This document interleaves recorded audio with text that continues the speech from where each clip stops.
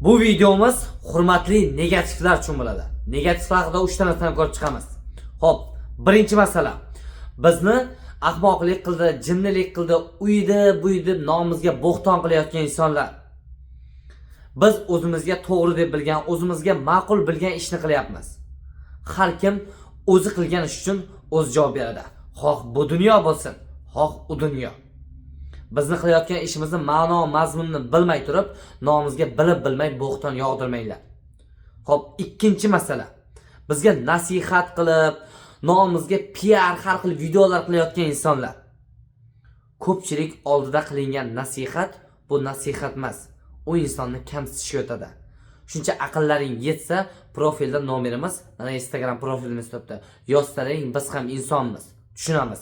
Masalan, bayroqni olib tashlashimizga ham bironta davlat organi emas, oddiy tanishimiz ko'pchilik inson noto'g'ri tushunyapti. Eshakni olib tashladi, bir og'iz telefon qilgan uchun to'g'ri tushungan holda olib bayroqqa hurmatimiz cheksiz yelkamizga osib qo'ydik. Xo'p, uchinchi masala. Bizga so'kinib, har xil kamsitib video qo'yayotgan insonlar. Sizlar aqlli edilar-ku, lekin insonni shaxsiyatiga tegish, uni kamsitish, omma oldida sharmanda qilishga ham qonuniy javobgarlik borligini unutib qo'ydilar. Xo'p, biz Toshkentga yetib borguncha bizni kamsitilgan videolar olib tashlanmasa, ular bilan har bittasi bilan qonuniy yo'l bilan gaplashamiz. Xo'p, biz nima ayb ish qilgan bo'lsak, o'zimiz javob beramiz. Ular ham bizni kamsitgani uchun o'zlari javob beradi. Shu kungacha 20 kundan ziyod bo'ldi. Yo'l yo'lakay shuncha mashaqqat chekib yurib kelyapmiz.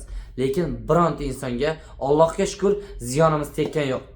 Bundan buyog'iga ham ziyonimiz tegmaydi. Foydamiz tegsa tegadiki, hech kimga ziyonimiz tekkan yo'q.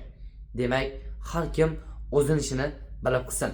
Bizni ziyonimiz tegmayapti, orqamizdan har xil gap qilmanglar, iltimos. Ahli O'zbekiston, poddesh qilib turamiz.